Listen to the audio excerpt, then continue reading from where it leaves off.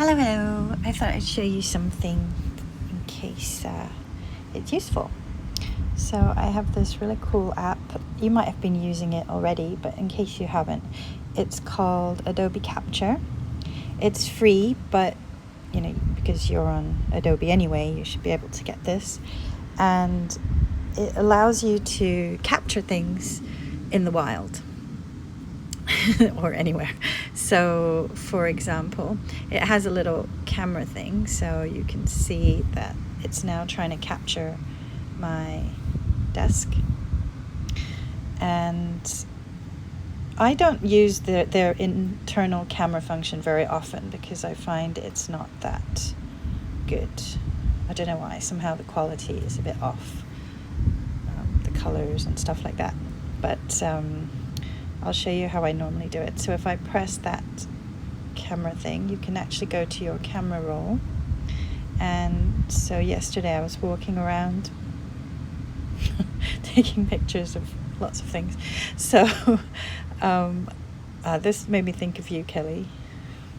Okay, so let's take these two guys. So these two turtles. And if I wanted to you can capture all sorts of different things. So audio, if there was like bird song or whatever, but this is a photograph, so let's go back. So materials. So if you're into using 3D materials, this can be kind of funky, so you can lay it on as an effect. I haven't quite worked out how to use it in Illustrator, but maybe it works better in Photoshop, I'm not sure. But the one I use most often is this one, Shapes. So it's vectorized and you can bring it straight into Illustrator from here. So you can see if I move this slider, I can get it darker or lighter depending on what I want. The other one I sometimes use is graphics. So this too is vectorized. And this is very true to what you're seeing in the photograph. So quite useful if you want the colors and the actual, detail. And then the other one that I use really quite often is this one for colors. So you were mentioning, that you wanted something that you can touch and feel and stuff like that. So that's probably maybe something in real life that you're looking at, possibly. So this is something that I do when I'm on my walks. So very quick, and you can move these around. I'll show you with a different picture that's not so monotone. So let's say this one. So you can see that, if you just wanted all the pinks, the varieties of pinks, you can really get quite a good selection of different tones just from this one picture.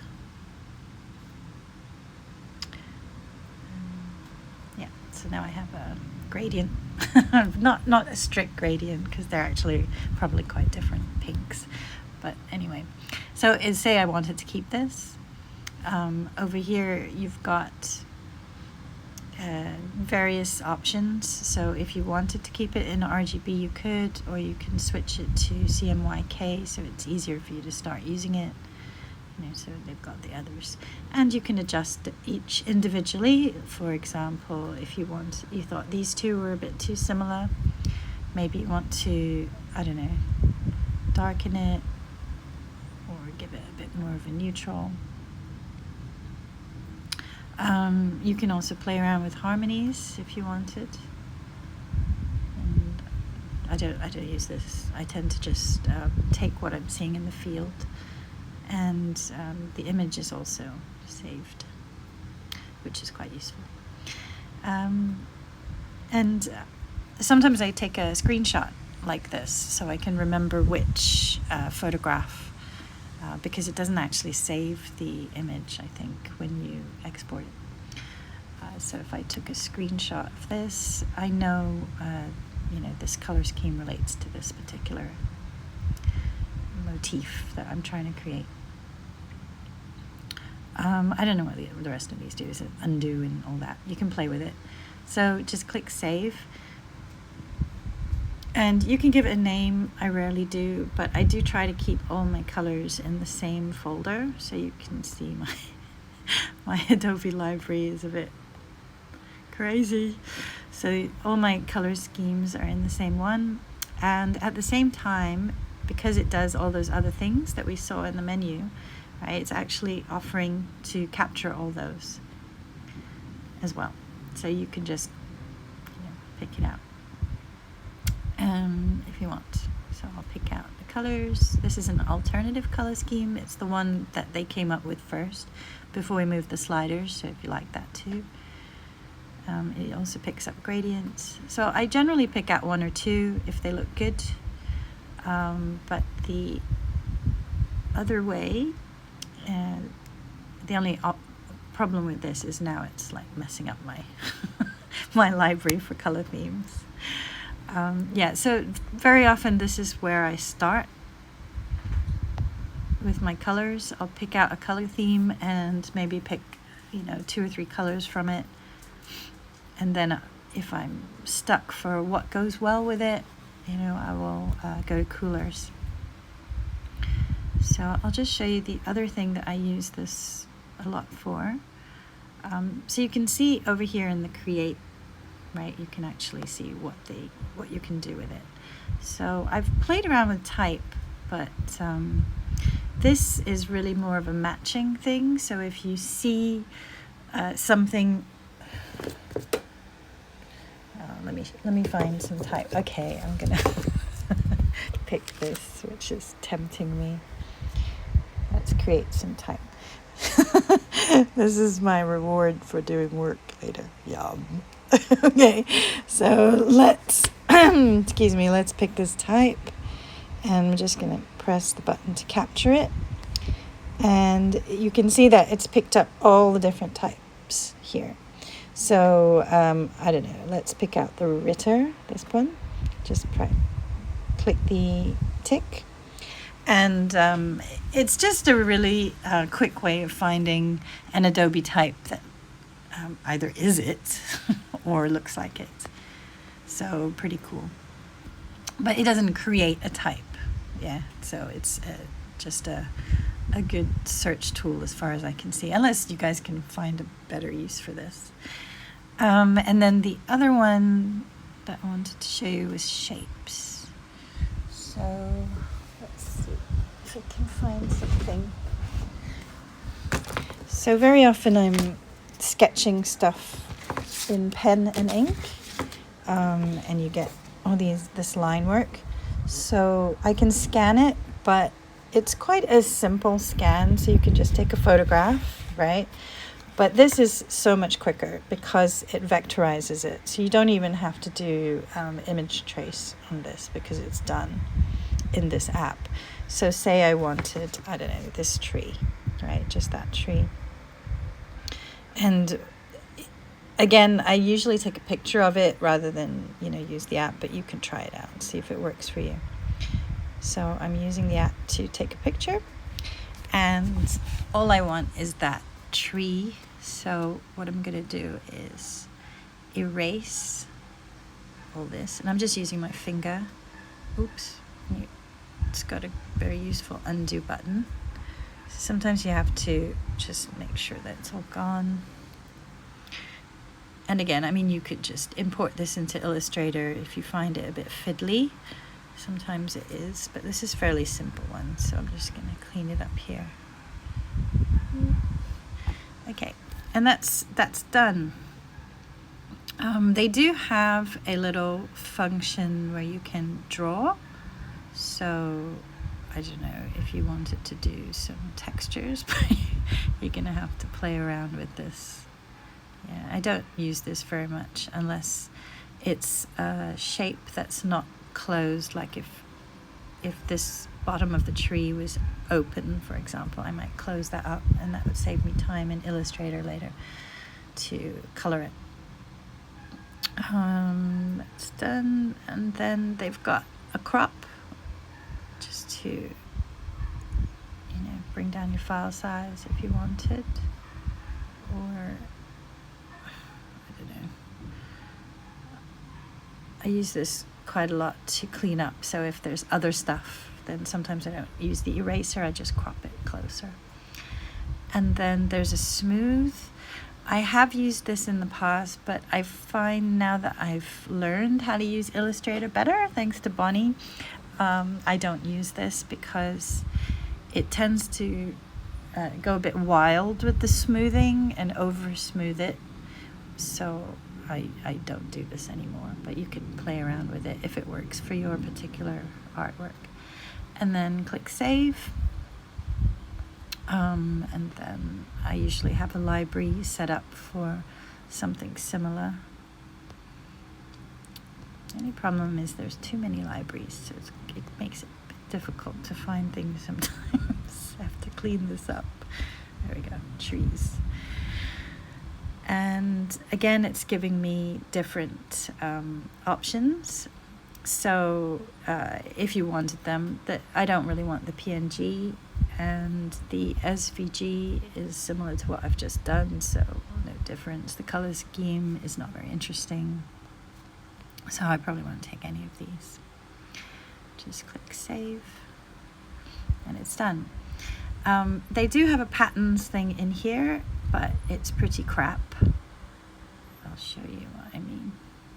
So you would think that, so I'm pointing it at the same piece of art, and it's really just doing a kaleidoscope thing.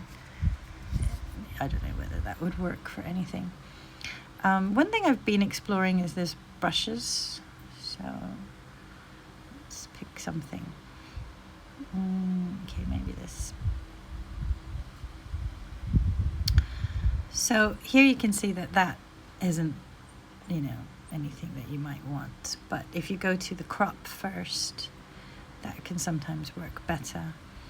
And you can even turn it around. So one thing to note with this brushes thing is the tail means it's the last thing, right? And when you put your pen down and do the stroke, that's the head. So basically it's like that. And then you can crop it. It's a bit fiddly. But yeah, so if that was your intended brush, right, then that's, you kind of have to play around with it a bit. It's kind of fun when you're waiting for the bus.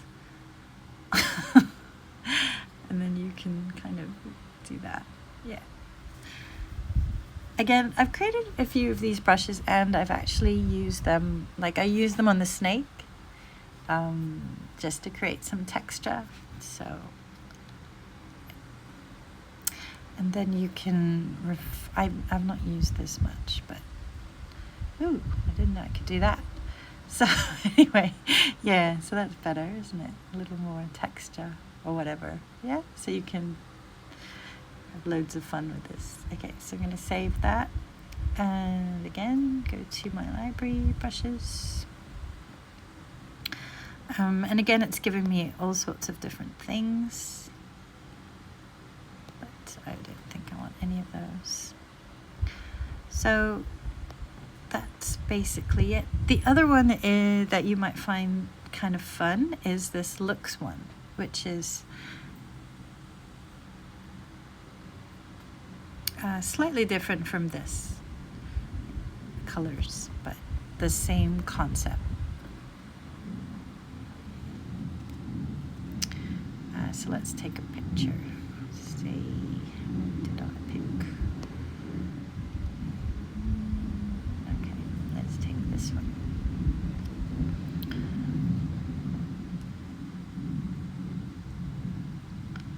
Okay, so you can see at the top it's got like this color bar. So those colors actually came from your photo. So you're basically creating your own filter, and it's giving you options based on that, right? I don't know if you can see that. Okay, let's take a different one. So that's the photo, right, that we had, and it's come up with this color scheme at the top. So if I change the photo,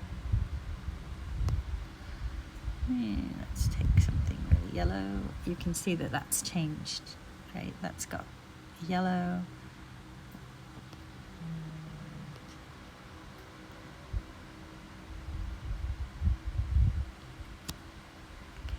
colors are pretty much green, green, and brown today. Let's take this one.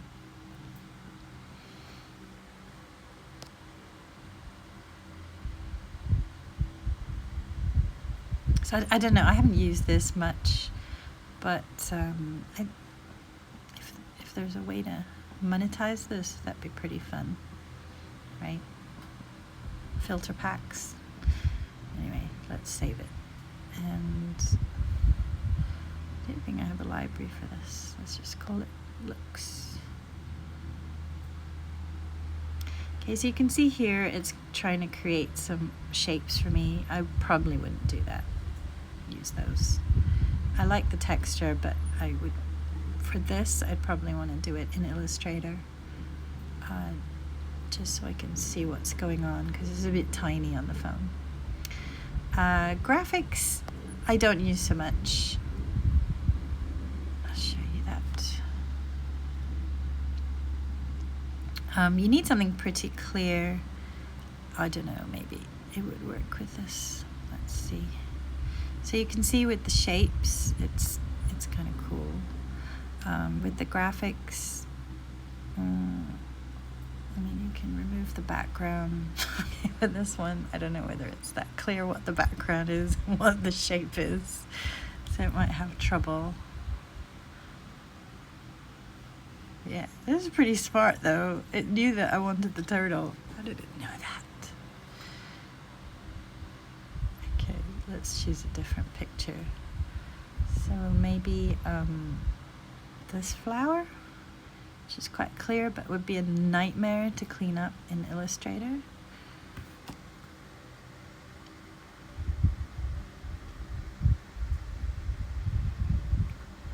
Yeah, that's cool, right? Okay, I'm going to be using this more often. Yeah, so at least it gives you a starting point, right? And it's a vector, which is very nice. And then again, probably crop it down. Ooh.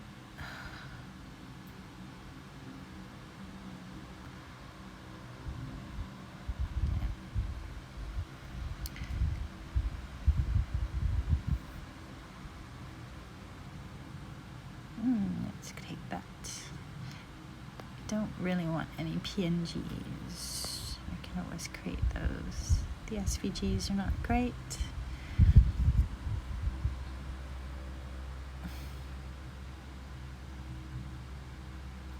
I wish they had a search function for the library. Be my wish list. Let's see, I have absolutely no idea. I think it's this one.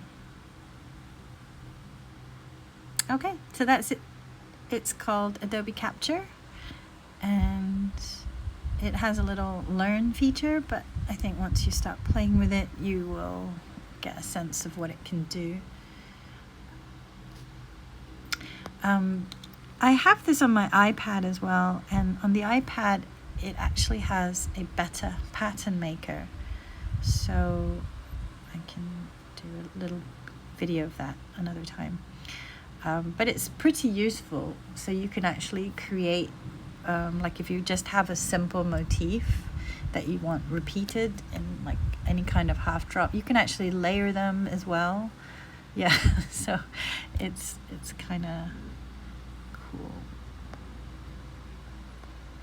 I don't know if I have anything in here that I can show you what it created. Ah, yes, here.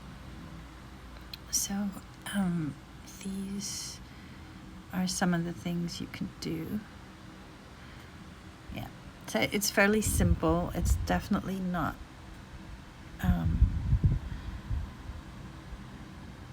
it's quite geometric, right? So you can see, but I mean, I just did that in a lot less time. So I had 3 different watercolors of my dog. This is only showing two watercolors of my dog, and so I created this all within the app, Adobe Capture app, on the iPad.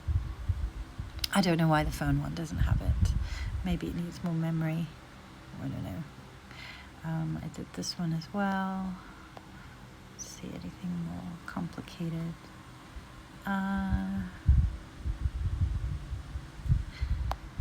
This one as well. So you can play around with it and layer it. Yeah, it definitely looks better than the kaleidoscope one. Yeah, but mostly I've been using it for simple patterns. You know, I think it's quite good. But yeah, there's not much freedom of movement within that. I'll do a video of that and show you guys. Okay, so that's it. Have fun. If you like this, use it.